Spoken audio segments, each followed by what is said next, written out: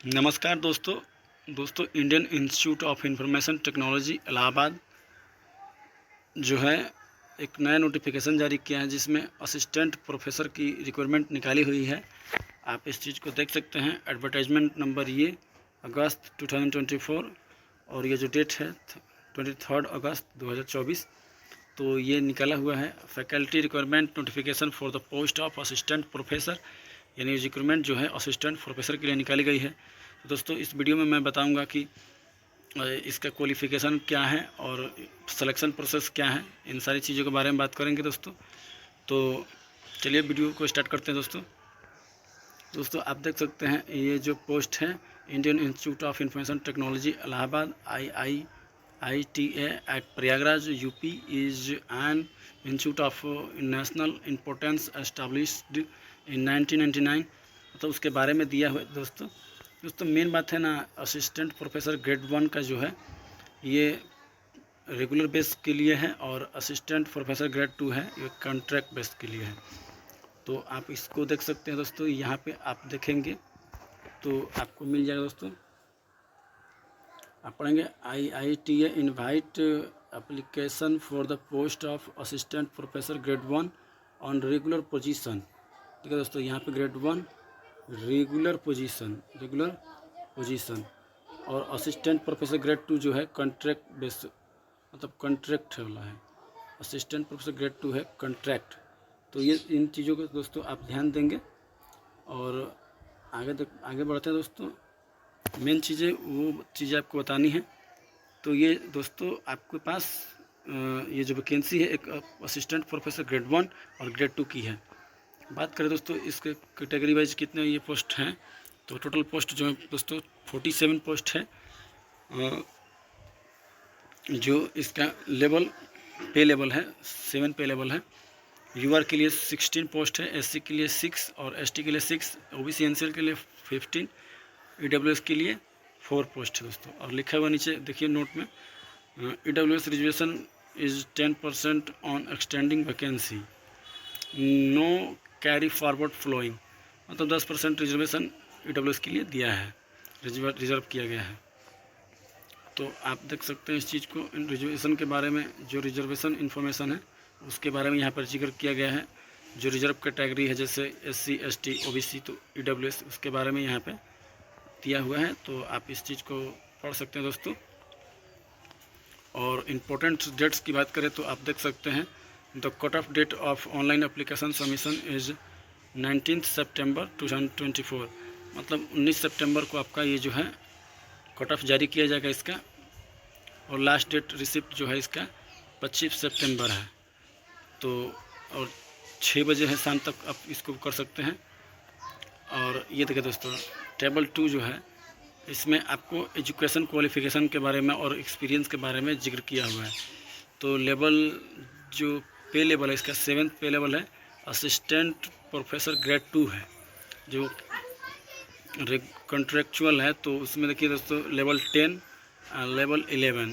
तो इसमें essential qualification जो है एक्सपीरियंस, इसमें पीएचडी है और अदर एसेंशियल क्वालिफ़िकेशन जो रिक्वायरमेंट है इसमें नॉन है। तो अगर आप पीएचडी हैं तो भी आप फॉर्म को भर सकते हैं। और additional desirable on publication in an SCI general, मतलब अगर आपके पास एससीआई द्वारा पब्लिश जो है एक होना चाहिए, अगर है तो भी आप फॉर्म को भर सकते हैं, नहीं भी है तो ये डिजायरेबल है, कोई दिक्कत नहीं है, फॉर्म भर सकते हैं। और लेवल 11 में देखिए दोस्तों PhD with 1 year of post PhD experience, मतलब पीएचडी के साथ साथ आपका 1 साल का एक्सपीरियंस भी होना चाहिए दोस्तों। तो ये चीज़ें हैं। अदर क्वालिफ़िकेशन में आप देख सकते हो 1 पेपर एक्सेप्टेड फॉर पब्लिकेशन, मतलब एक पेपर जो आपका पब्लिकेशन के लिए जनरल में ये होना चाहिए।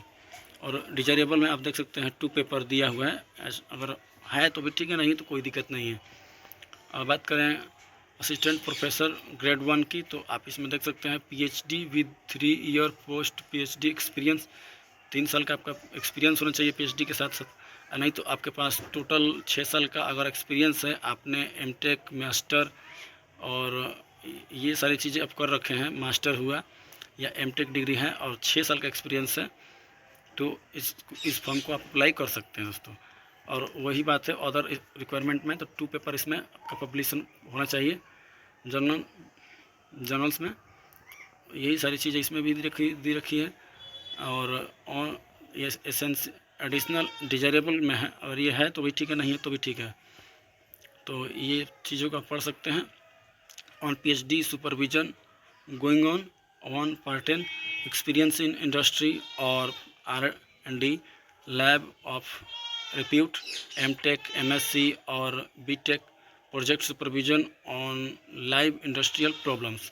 तो इसमें आपका होना चाहिए। अगर नहीं भी है ये वाली चीज़ें जो डिजायरेबल हैं तो भी आप इस फॉर्म को भर सकते हैं दोस्तों, कोई दिक्कत नहीं है। और देखिए दोस्तों यहाँ पे eligibility based on qualification experience, तो उसमें ये लिखा हुआ है ये सारी चीज़ें। अब मैं इसको धीरे धीरे ऊपर कर रहा हूँ, आप इस चीज़ को अच्छे से पढ़ लीजिएगा, ठीक है दोस्तों। बढ़ते हैं नेक्स्ट स्टेज की ओर। तो आप देख सकते हैं इस चीज़ को स्पेशलाइजेशन के बारे में लिखा हुआ है, और इस चीज़ को भी आप पढ़ सकते हैं। मैं इसको धीरे धीरे स्क्रॉल कर रहा हूँ। बात करें इसका सिलेक्शन प्रोसेस की, तो देखिए दोस्तों सिलेक्शन प्रोसेस जो है after screening short listing of applications on profile of the candidate by duly continued screening committee for the purpose based on institute decide criteria.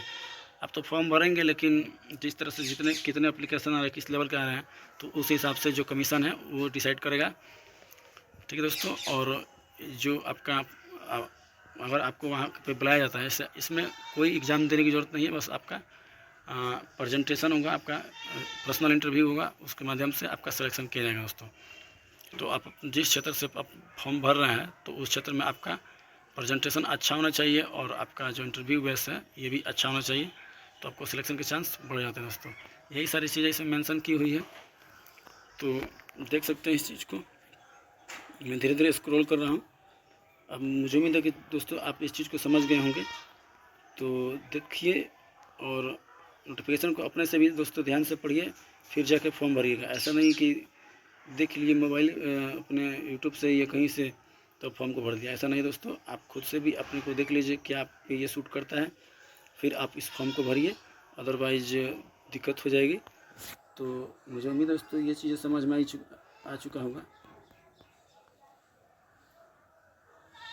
तो Indian institute of information technology Allahabad द्वारा जो recruitment assistant professor की निकाली हुई है, मुझे उम्मीद है कि आपको एक आइडिया लग चुका होगा कि क्या क्वालिफिकेशन है, क्या क्राइटेरिया है इसका।